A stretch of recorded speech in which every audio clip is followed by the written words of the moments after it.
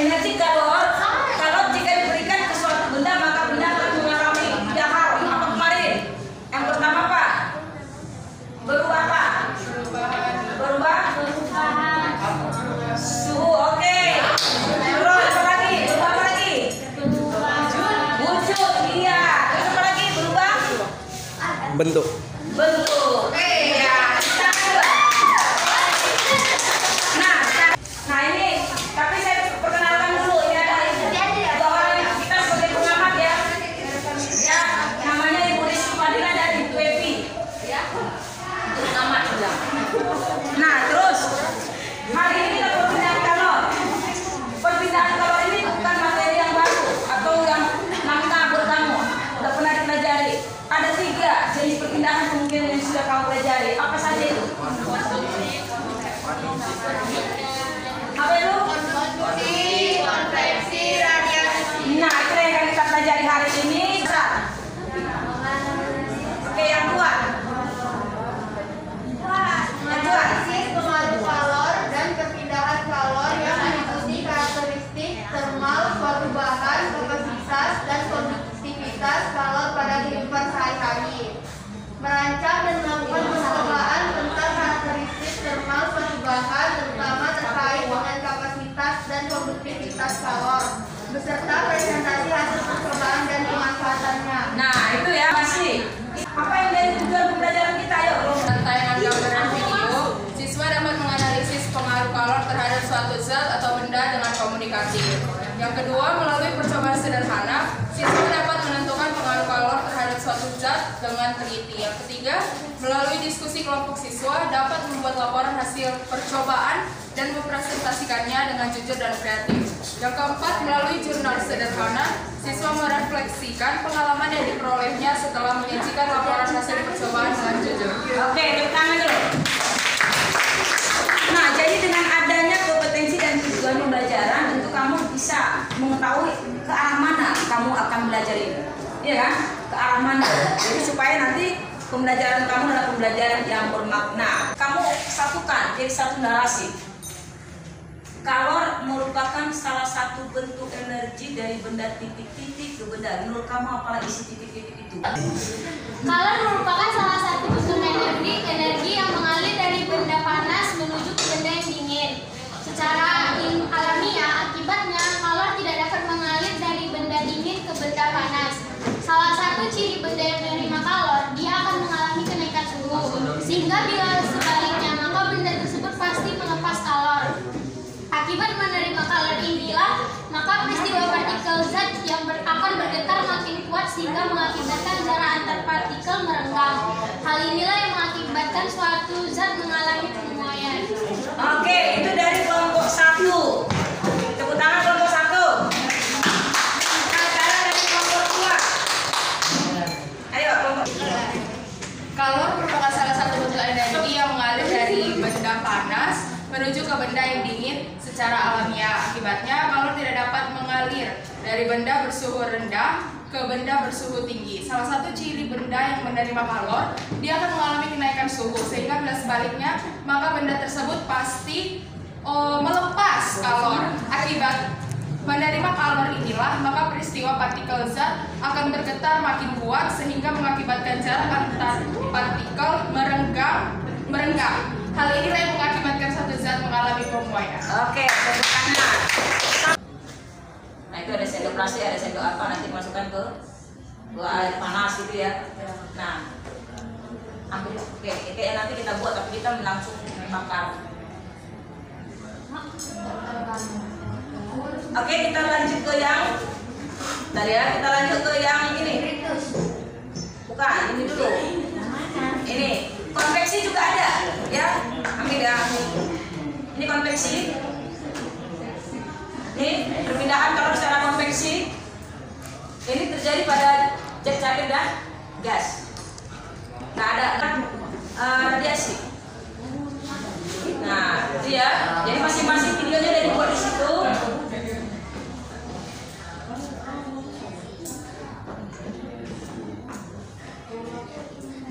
Nah, ini radiasi. Radiasi sama dengan apa itu? Pancaran ya. Pancaran ya. Kayak matahari kita itu radiasi. Laju perpindahan kalor. Ini tadi ya. Nanti kalau kita misalkan bakar ini, maka salah satu ujungnya kalau dibakar dia akan merambat ke ujung berikutnya. Nah, besarnya laju, kecepatan yang dibutuhkan untuk merambat itu bisa dihitung dengan menggunakan persamaan. Udah. Nah, ini kalau konduksi. Udah. Nah, artinya kalau kita perhatikan situ ada H sama dengan Q per T, itu berarti Q itu kan apa? Kalor per waktu. Ya kan? Laju berarti di sini laju kalor itu kalor per waktu. Nah, ada H di situ. Ada apa namanya K. K itu koefisien konduktivitas. Setiap benda itu memiliki konduktivitas yang berbeda-beda, masing-masing gitu ya. Nah, artinya apa? Besi dengan baja, daya hantarnya pasti berbeda. Lebih cepat mana? Baja atau besi? Nah, oke. Itu nanti tergantung dari apa? Nilai K-nya kalau lebih besar, berarti lebih cepat menghantar panas. Kan itu kan? Oke. Nanti kalau di apa? Ada 3 gitu ya. Ada konduktor, ada isolator, ada apa lagi? Semi-isolator. Iya. Dan untuk selanjutnya ini contohnya silakan nanti juga dipelajari ya. Terus konveksi. Nah, konveksi juga itu laju perubahannya atau laju perpindahan kalor itu menggunakan HA delta T. Jadi H itu apa? Koefisien konveksi. Nah, koefisien konveksi juga berbeda-beda untuk setiap zat cair dan gas ya. Nah, terus ada contoh juga kita buat di situ. Nah, ini untuk radiasi juga demikian. Ada E di situ, emisivitas ya. Nah, nilai emisivitas itu tergantung dari kekuatan untuk menyerap ataupun melepaskan kalor. Nah, semakin benda hitam itu lebih cepat menyerap. Makanya orang kalau siang-siang pakai baju hitam gimana? Panas. Nah, karena dia lebih cepat menyerap sehingga panas itu lebih cepat. Iya. Nah, hiduplah.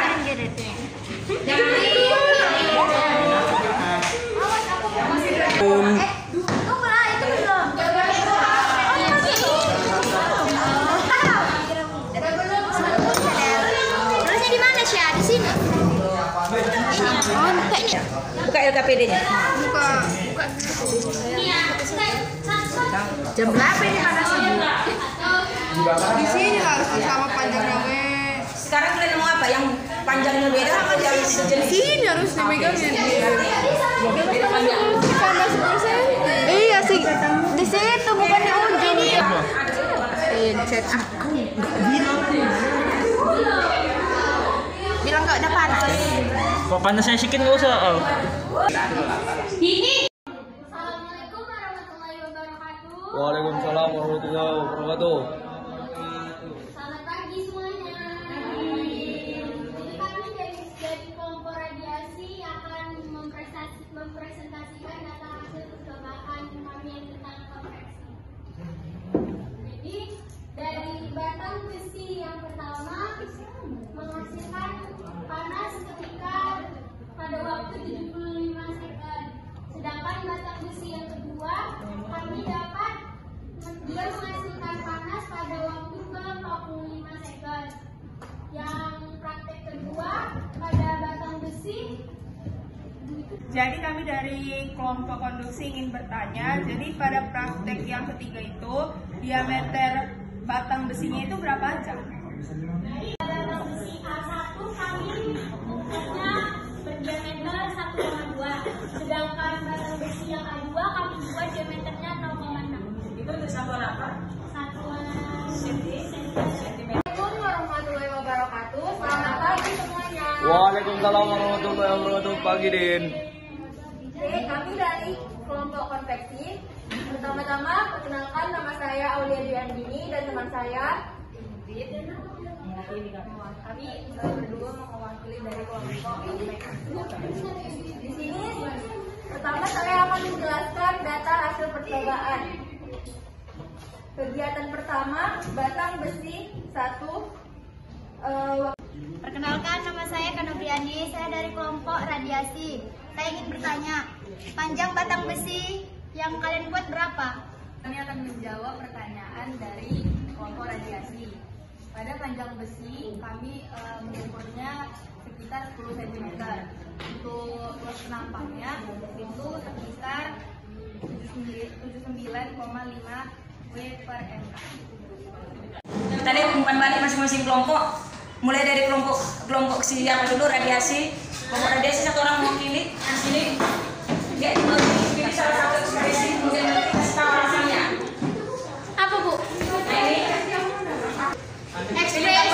Ekspresi saya waktu pembelajaran ini adalah lalu tersenyum. Dari tadi Bu. tersenyum. Ini apa hal yang penting Hal yang saudara pelajari? penting yang saudara pelajari di kegiatan ini itu adalah tentang perpindahan kalor. Tepuk tangan. Oke, sekarang dari kelompok Ekspresi wajah setelah mengikuti pembelajaran hari ini adalah yang keempat. Umpan balik dari kelompok kami untuk pembelajaran kali ini tuh emosinya ini cukup bahagia karena menurut kami hal yang paling penting yang kami pelajari dari pembelajaran ini, kami bisa lebih detail mengetahui lagi tentang perpindahan kalor itu bagaimana, itu prosesnya gimana. Kalau misalnya jaraknya makin jauh itu makin lama perpindahannya juga. Terus untuk hal berbeda yang ingin kami lakukan untuk perbaikan pembelajaran kami, itu semoga bisa lebih paham lagi konsepnya gimana dalam belajar kalor. Oke. Nah, jadi kamu sudah presentasikan masing-masing hasil percobaan dan diskusi kelompok kamu. Nah, untuk selanjutnya ada untuk penilaian kognitif atau pemahaman kamu ibu buat di Google Form. Nanti linknya sudah ada juga dikirim, ya silahkan dikerjakan supaya nanti semua dapat nilai.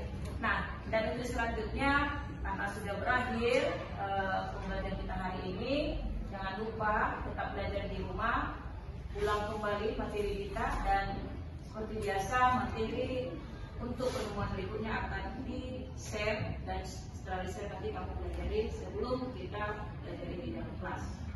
Oke? Nah, jadi ya untuk itu, ya untuk perhatian kamu, ibu ucapkan terima kasih. Sampai jumpa di pertemuan berikutnya. Salam bahagia.